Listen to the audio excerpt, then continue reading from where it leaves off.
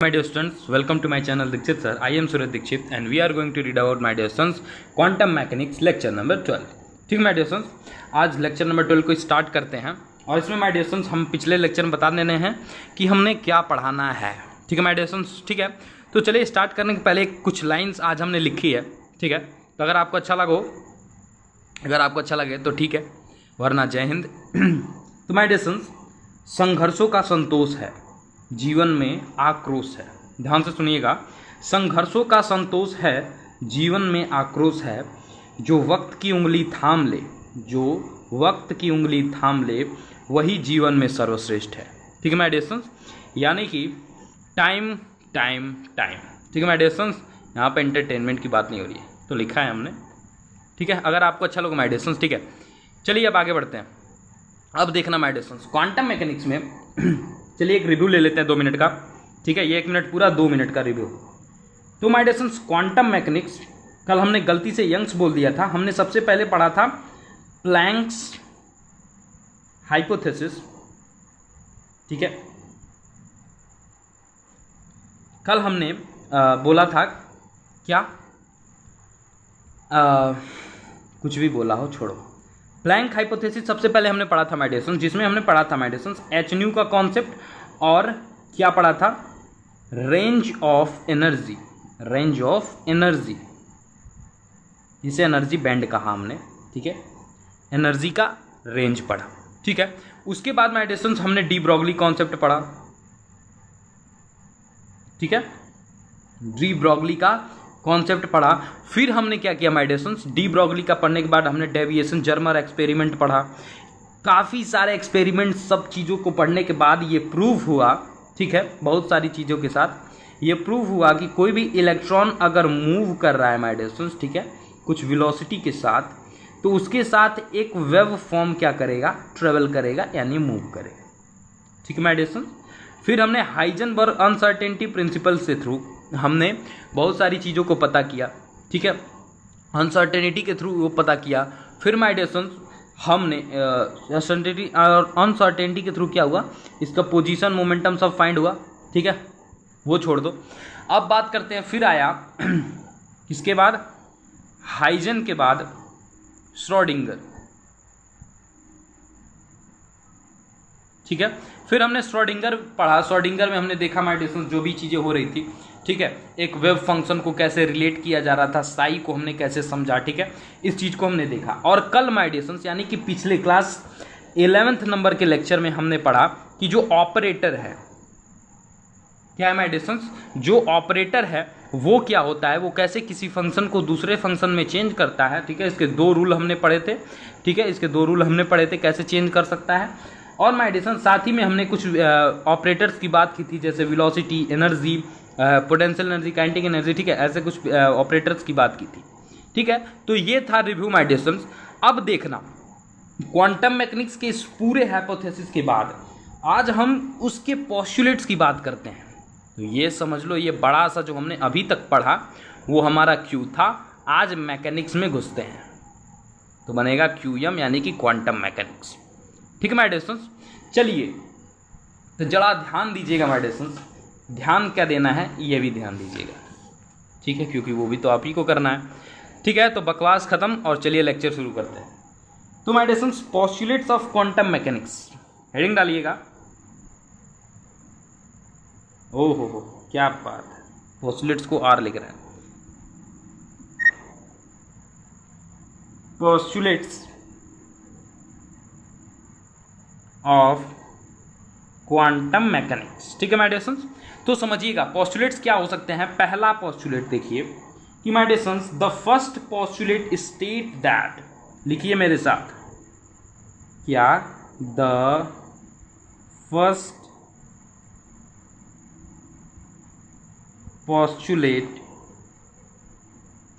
State that, क्या sir ji, क्या state करता है, state that there is a, क्या लिखिए, देयर इज अ वेक्टर, क्या सर जी, वेक्टर और wave function associated with every, ध्यान देना, कोई भी वेक्टर या फिर वेव फंक्शन एसोसिएटेड होगा विद एवरी फिजिकल स्टेट। होता है कि नहीं होता है? बिल्कुल होता है, ये आप सब जानते हो, ठीक है। तो फिजिकल स्टेट के साथ होता है, ठीक है। अब देखना, ऑफ अ सिस्टम, और जाहिर सी बात है कि वो फिजिकल स्टेट क्या होगा, किसी सिस्टम से जुड़ा होगा, system which contains the entire, क्यों सर जी? क्योंकि बाहर थोड़ी जाने वाला है, ठीक है, अंदर की बात है। Entire description of the system, entire description of the system. Sir ji 9 marks का क्वेश्चन है, ठीक है, तो सारी चीजें अच्छे से लिखनी होंगी, इसीलिए मैं लिख रहा हूं, ठीक है।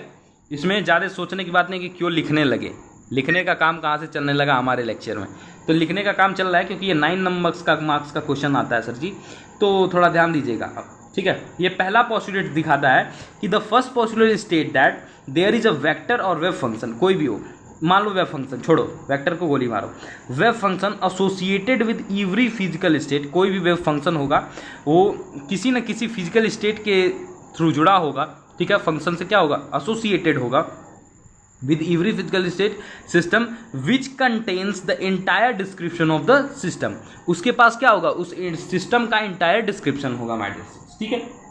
इतना क्लियर, इतना क्लियर। अरे सर जी मतलब कोई भी चीज़ है, कोई भी पोस्टुलेट्स है, कोई भी वेव फंक्शन है, ठीक है, वो क्या होगा, किसी न किसी से रिलेट करेगा उस सिस्टम में, ठीक है। पहला पोस्टुलेट्स, क्वांटम मैकेनिक्स होने का पहला पोस्टुलेट्स, ठीक है माय डियर स्टूडेंट्स।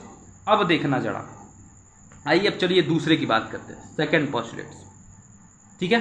अब जरा ध्यान देना, सेकेंड पोस्टुलेट्स कहता है फॉर एवरी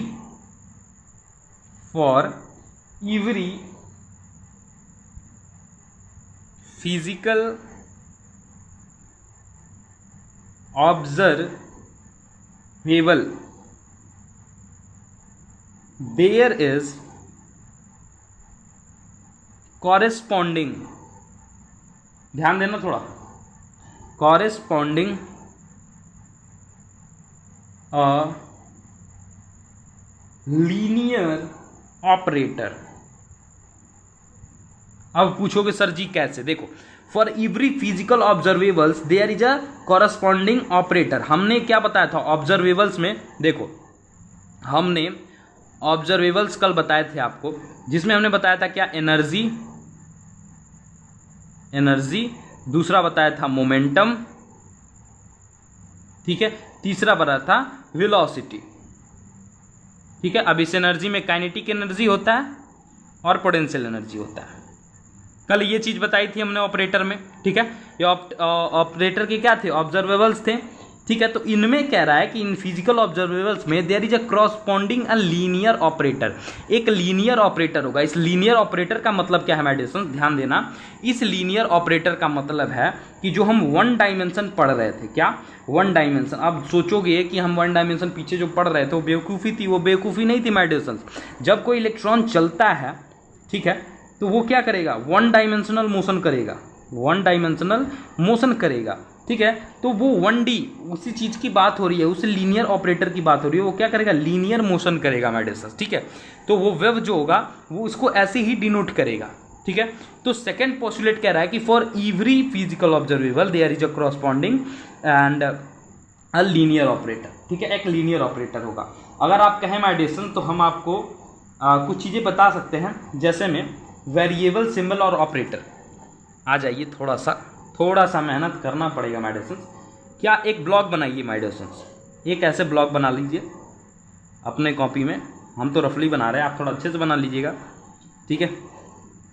ये देखो, एक तरफ लिखिए वेरिएबल्स, वेरिएबल, दूसरा लिखिए सिंबल, तीसरा लिखिए ऑपरेटर। ज़्यादा नहीं खींचूंगा, ठीक है, टेंशन ना लो, ज़्यादा नहीं खींचूंगा। पहला पोजीशन के लिए, सर जी कोई ना कोई पोजीशन पे तो इलेक्ट्रॉन होगा, उसके लिए क्या आर कैप या फिर एक्स कैप यूज करते हैं। सिंबल तो यही होता है, आप भी जानते हो हम भी जानते हैं। अब देखो आगे बढ़ते हैं। ऑपरेटर इसका क्या होगा, आर या एक्स का, ये 2 से 0, ये 1 से 0, काम खत्म। ठीक है, ये पोजीशन का। अब बात करते किसकी, मोमेंटम की। जब ऐसा कब होगा, ये आर एक्स कब डिनोट करेगा ऑपरेटर, जब 2 से 0 के बीच में होगा, 1 से 0 के बीच में क्या होगी, वैल्यूज होंगी, आइगन वैल्यूज। ठीक है, अब लास्ट बस 2 ही बताएंगे आपको। एक पोजीशन बता दिया, अब एक मोमेंटम बता देते हैं। क्या सर जी, मोमेंटम। मोमेंटम का क्या होता है आप जानते हो, पी कैप। ठीक है, अब मान लो एक्स के लिए बात कर रहा है तो पी एक्स, तो यहाँ पे देखो क्या होता है, H nought upon i del होता है, वैल्यू होता है ना। ये कहाँ से कहाँ, 3 से 0 तक, और ये जो वैल्यू हो जाएगी एच नॉट अपॉन आई, तो ये देखो ये हो जाएगी डेल बाई डेल एक्स, और इसका डिफ्रेंसिएशन वैल्यू हो गया तो ये हो जाएगा 1 से 0। तो कुछ ऐसे क्या होंगी, वैल्यूज को सिमेट्रिक करेगा। ठीक है, आपको इस चीज़ से मतलब नहीं है। ठीक है, चाहो तो ये लिख भी सकते हो एग्जाम में, चाहो तो मत भी लिखना, कोई नंबर आपका नहीं काटेगा। ठीक है माय डियर स्टूडेंट्स, वैसे लिख लो तो अच्छी बात है, क्योंकि उसमें लिखना पड़ता है, क्योंकि पेज भी भरना बहुत जरूरी है माय डियर स्टूडेंट्स। ठीक है, अब देखना, तो हम सेटिस्फाई कर चुके हैं कि for every physical observable there is a corresponding a linear operator. एक लीनियर ऑपरेटर होगा, एक लीनियर ऑपरेटर होगा। ठीक है, जो डिनोट करेगा। तो ये ऑब्जर्वेबल्स थे, इनके पास एक लीनियर ऑपरेटर होगा, ये था सेकंड पोस्टुलेट। ठीक है, दोनों पोस्टुलेट्स कंफर्म।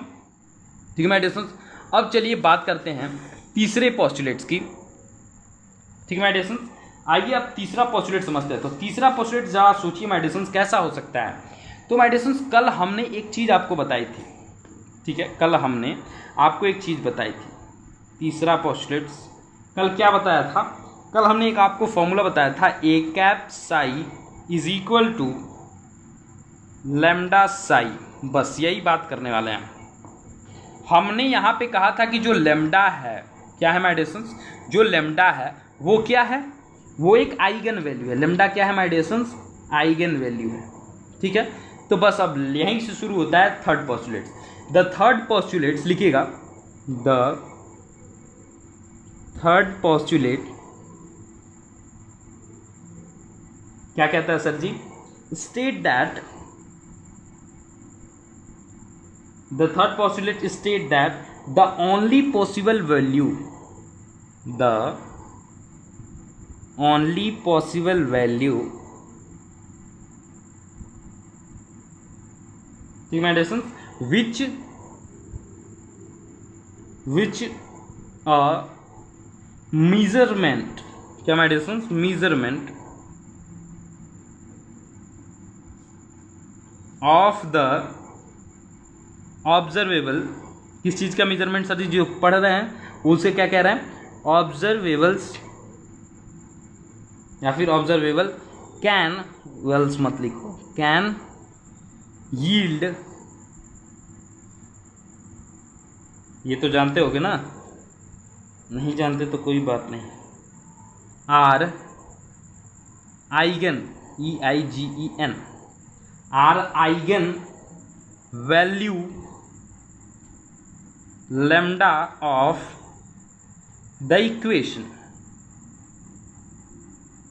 अब मत पूछना इक्वेशन क्या है, अरे सर जी यही इक्वेशन है, A cap psi is equal to lambda psi. ठीक है, यहाँ पे आइगन वैल्यू है, देखो लिख भी देते हैं, हियर लैम्डा क्या है सर जी, आइगन वैल्यू है,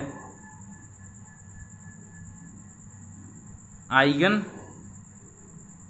वैल्यू है।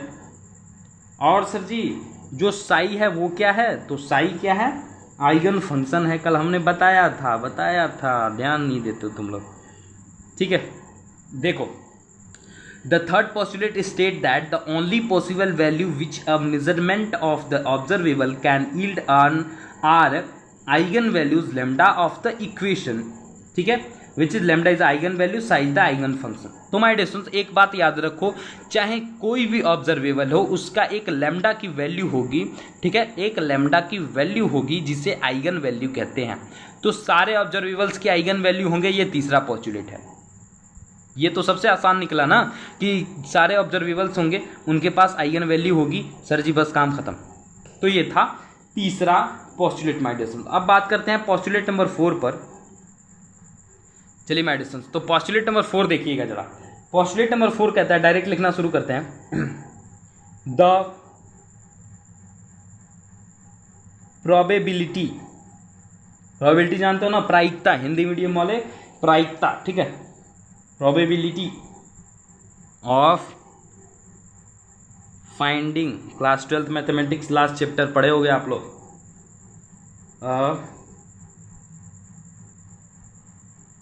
पार्टिकल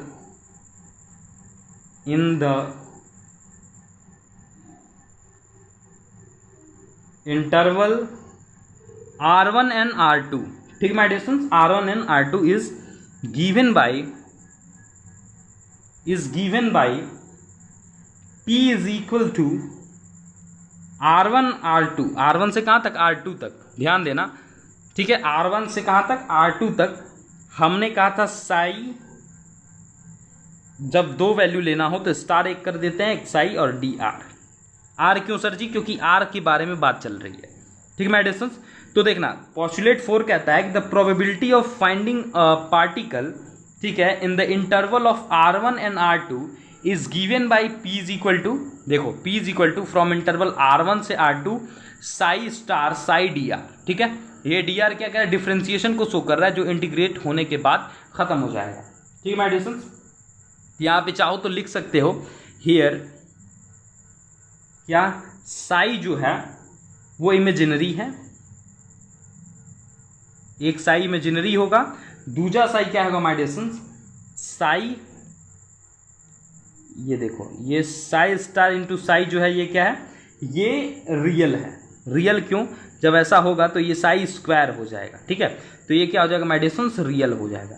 तो देखो कोई भी वैल्यूज बन रही हैं तो उसमें एक इमेजिनरी वर्ड होगा, एक रियल वर्ड होगा, तभी क्या होगा, वो सेटिस्फाइड होगा माय डियर स्टूडेंट्स। तो चौथा पोस्टुलेट कंफर्म कि the probability of finding a particle in the interval of R1 and R2 is given by this. चौथा पोस्टुलेट क्या है, ये दिया गया इक्वेशन जो कि क्या फाइंड करता है my dear students, probability find करता है, प्रोबेबिलिटी ऑफ फाइंडिंग पार्टिकल, ठीक है।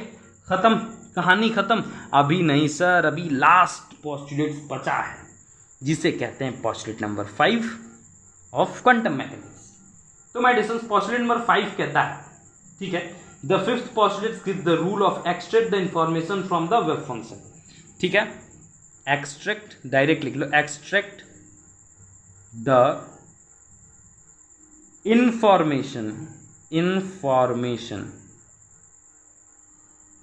फ्रॉम, ठीक है, इंफॉर्मेशन फ्रॉम द वेव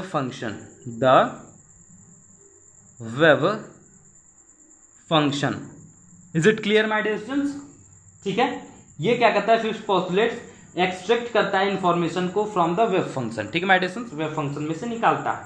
अब इस चीज को ऐसे लिख सकते हो, A cap is equal to integration of minus infinity, ध्यान देना यहाँ पे माइनस इन्फिनिटी नीचे है, बात ध्यान देना, to plus infinity psi star A cap psi D R. D R क्यों सर जी, यहाँ पे डी आर डी एक्स दोनों यूज कर सकते हो, ठीक है, डी आर डी एक्स दोनों यूज कर सकते हो, जैसा देखो जैसा फंक्शन बनेगा वैसा इक्वेशन बनेगा, ठीक है।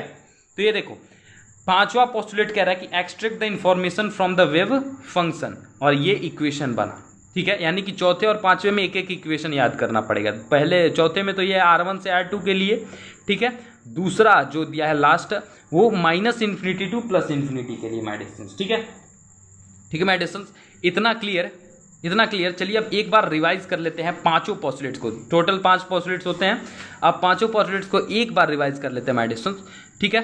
तो देखो हमने यहाँ पे क्वांटम मैकेनिक्स शुरू किया, ठीक है, और ये है हमारा पोस्टुलेट नंबर फर्स्ट जो कहता है कि the first postulate state that there is a vector और wave function associated with the physical state. सीधा कहने का मतलब है कि जो वेव फंक्शन होगा वो किसी न किसी फिजिकल स्टेट से बिलोंग्स करेगा माय डियर स्टूडेंट्स। अब समझिएगा for a physical observable there is a corresponding linear operator, यानी कि किसी भी फिजिकल ऑब्जर्वेबल के लिए एक लीनियर ऑपरेटर होगा, काम खत्म। ठीक है मेडिसिन, हमने एग्जांपल दिए थे आपको 2 ठे, ये पहला एग्जांपल है, ये दूसरा एग्जांपल मेडिसिन। ठीक है, अब आ जाइए आगे की बात करते हैं। अब आते हैं तीसरे पोस्टुलेट पे। हमने पिछले ही लेक्चर में आपको इस फॉर्मूले के बारे में बता दिया था, क्योंकि ये ऑपरेटर का मेन फॉर्मूला था जो सेकंड पोस्टुलेट को डिराइव कर रहा था। अब क्या रहा है my dear son, the third postulate state that the only possible value which a measurement of a observable yield are given yield are eigen, ये आइगन वैल्यू की बात कर रहा है, eigen value lambda of a equation medicine, यानी कि कहने का मतलब सीधा है कि जो भी ऑब्जर्वेबल्स होंगे उसकी एक आइगन वैल्यू होगी, काम खत्म, कहानी खत्म। ठीक है, ये तीसरा था। आइए अब चौथे की बात करते हैं। द प्रोबेबिलिटी ऑफ फाइंडिंग ये ए है, ठीक है, अ particle in the interval of R1 and R2 is given by, देखो सीधी सी बात कर रहा है, कोई पार्टिकल है वो R1, जैसे मान लो ये R1 है, ये R2 है, इसके बीच में किसी पार्टिकल को फाइंड कर, मान लो ये यहाँ पे पॉइंट है, तो कैसे फाइंड करोगे, तो इस चीज को ऐसे फाइंड किया जाता है, P is equal to R1 से R2 का इंटीग्रेशन है, ठीक है, Sai star psi D r, ठीक है, ऐसे करके आप उस चीज को फाइंड कर सकते हो। तो ये इसका एक पोस्टुलेट है, यानी कि नियम है। अब आ जाइए बात करते हैं extract the information from the web function. किसी भी वेब फंक्शन से इन्फॉर्मेशन निकालने की जब बात होगी तो आप इस चीज को यूज करोगे, और साथ ही मेडिसिन जब यूज करोगे जब माइनस इन्फिनिटी से लेके प्लस इन्फिनिटी तक किसी भी वैल्यू को पूछेगा तब आप इसको यूज कर सकते हो। ठीक है मेडिसिन, तो मेडिसिन ये टोटल 5 पोस्टुलेट्स हैं जिसमें हमने देखा क्या, शुरू से बात करते हैं, रिलेट करेगा, ठीक है, दूसरा लीनियर ऑपरेटर बनाएगा, तीसरी बात होगी मेडिसिन किस चीज की, आइगन वैल्यू होगा, चौथा मेडिसिन एक इक्वेशन की बात हुई, एक नॉर्मल सी इक्वेशन की बात हुई कि जब किसी 2 बिंदु के बीच में निकालना होगा तो क्या होगा। ठीक है, हिंदी में क्यों बोला, क्योंकि हिंदी मीडियम वाले भी हैं। ठीक है, अब 5वां कह रहा है कि extract the information from the web function, किसी भी वेब फंक्शन में से माइनस इन्फिनिटी से लेकर प्लस इन्फिनिटी तक कोई भी वैल्यू हो उस चीज को निकालना हो तो ये फॉर्मूला। ठीक है, तो ये 5 पोस्टुलेट्स हैं of the quantum mechanics medicine, और मिलते हैं नेक्स्ट लेक्चर में न्यूमेरिकल्स के साथ मेडिसिन। तो नेक्स्ट लेक्चर मिस मत करना, क्योंकि उसमें हम न्यूमेरिकल्स पढ़ने वाले हैं जो कि बेहद जरूरी हैं। और न्यूमेरिकल मेडिसिन कुछ ना देकर जाए, अगर आपको कुछ ना देकर जाए तो 2.5 मार्क्स यानी कि 2.5 नंबर देकर जाता है। ठीक है, 3.5 नंबर भी देकर जाता है। अच्छा, BSc 3rd ईयर 3.5 नंबर देकर जाता है। ठीक है मेडिसिन, ठीक है, क्लियर। तो अगला लेक्चर देखने के लिए तैयार रहिएगा और सब कुछ तैयार करके आइएगा, तभी मजा आएगा नेक्स्ट लेक्चर में। ठीक है मेडिसिन, मिलते हैं नेक्स्ट लेक्चर में। जय हिंद, जय भारत।